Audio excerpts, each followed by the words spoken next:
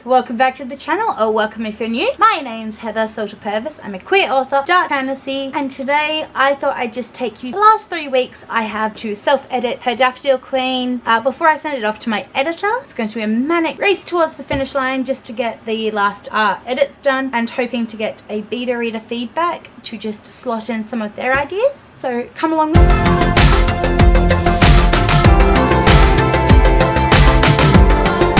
So I have edited one more chapter, and it's about 1,000 words in there about how we're going down into the underworld. If you are looking for productivity sprints, Anya J. Rinner runs them quite regularly. I will pop her link down below. So if you want some friends, she's bubbly, fun, and it's always a good lively chat in those sprints. So I'm going to go in and prep some dinner for the lovely family. So I'm going to pop in today, and I'll be back tomorrow with more. So yeah, now it's the 3rd of February and I am in the office after having a very fun-filled, productive mummy wife time morning. I am going to be packing my writer's bag because I am going to some workshops tomorrow on writing. There's one about romance writing, short story writing, non-fiction, and another one. So I thought I'd just take a couple of minutes, get my bag together, to show you an update of what goes in my writer's bag. So yeah, I have, first I'm going to put my vision glasses in and my sunglasses, a variety of pens and a notebook, business cards for networking that just have my name, my email and my social media links on them. I always carry a protein bar, so I'm updating that. I'll be taking my iPad that I keep in this lovely handy dandy pouch. It also has my Bluetooth keyboard, so Logitech that I was gifted by my in-laws about 2 years ago. I love it. So that goes in there with me. I'm charging my iPad just to make sure I have full charge. My wallet's going in there. My phone, but that's on charge at the moment. We'll be taking a massive water bottle. I'm going to be starting Stone Blind by Natalie Haynes. I got this beautiful copy for Christmas. It's the Waterstones exclusive edition that my mum bought back for me with sprayed edges, and it's signed by the author. So the blurb is, so to men we are monsters.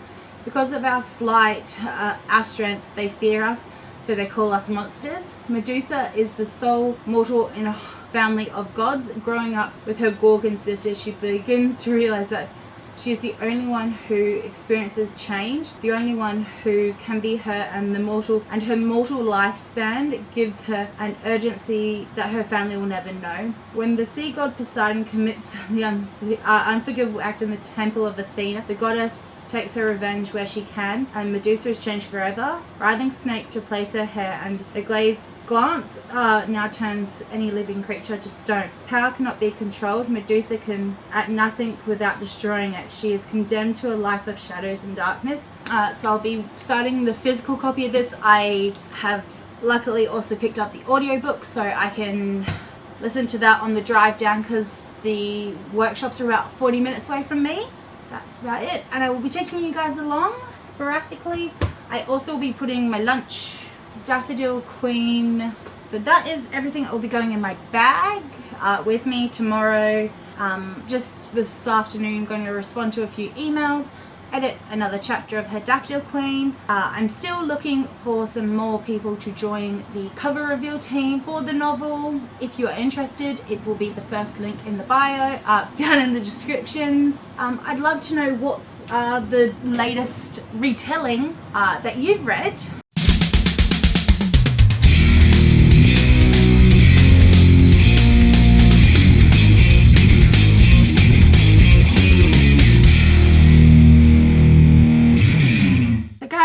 I'm really sorry I didn't vlog the workshops I went to over the weekend, just because it was actually quite an small room, loud, and I didn't want to invade everyone else's privacy or comfort.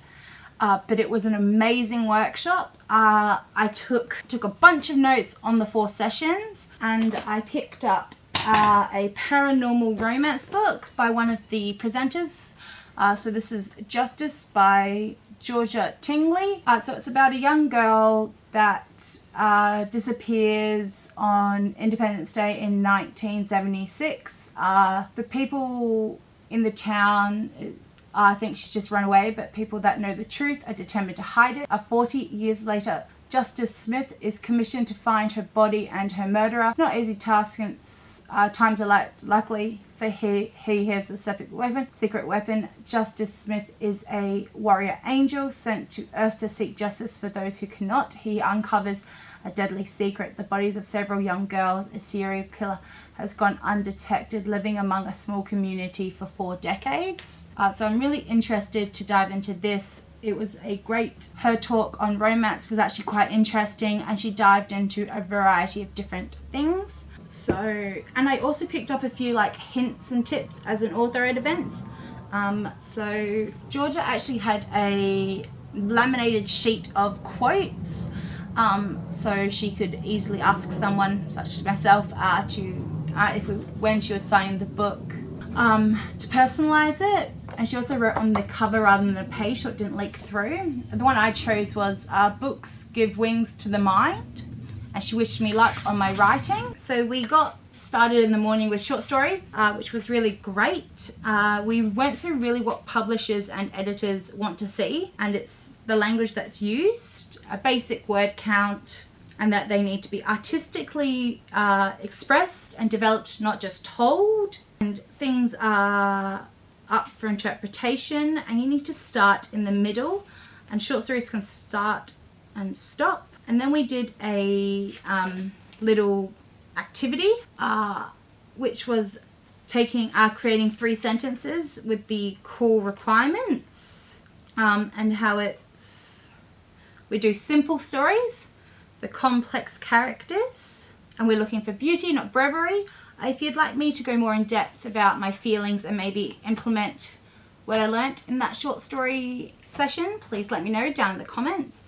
So that was done by Roseanne Dingley, and then we got Tina Rather Milligan, who is a great and prolific children's author, and we were talking about the myths and magic of writing for children, and where we can go about that, and how to get our foot in the door, how to use minimum word counts to have maximum story impact, and then we had how to write your life story, which I wasn't 100% interested in as a workshop when I first went in, because it's non-fiction by Helen Ills, but after all that, it was actually a really good workshop in terms of approaching writing, talking about the planning process, writing, editing, and generally about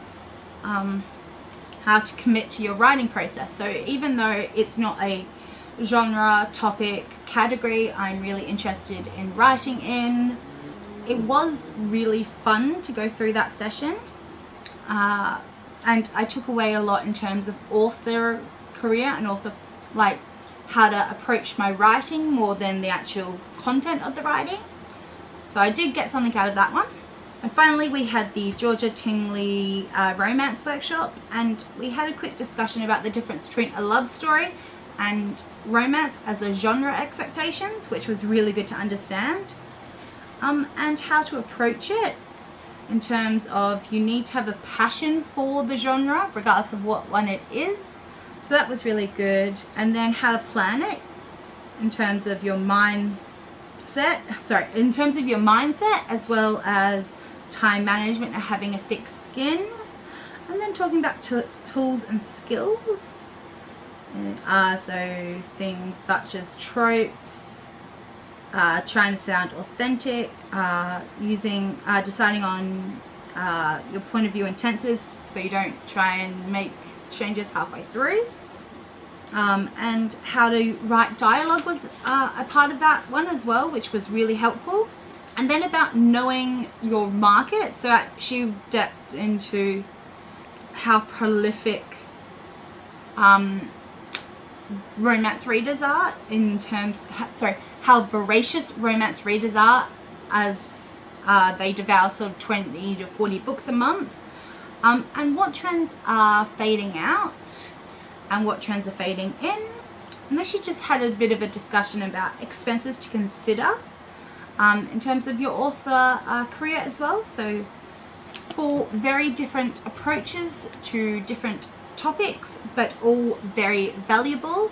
So I'm looking at going to a few more workshops, lectures, groups that the Rockingham Writers Centre is putting on, because I found them quite valuable. So that is the end of this vlog. Thank you so much for coming along. And if you've gone this far and you don't have a lot to say, please put some wings down in the description box. If you're not already, please consider subscribing and hitting that like button, because it really will help my channel. And the next vlog is going to be the last 14 days of getting Her Daffodil Queen, which is my dark fantasy love story romance. Now I've got a bit more understanding from a romance author of Hayes and Stephanie sapphiccally retold with Welsh mythology. So if you'd like to see my mad scramble and dash to the end. But until next time, let's use our voices to promote positive change in the world. Thank you and bye-bye.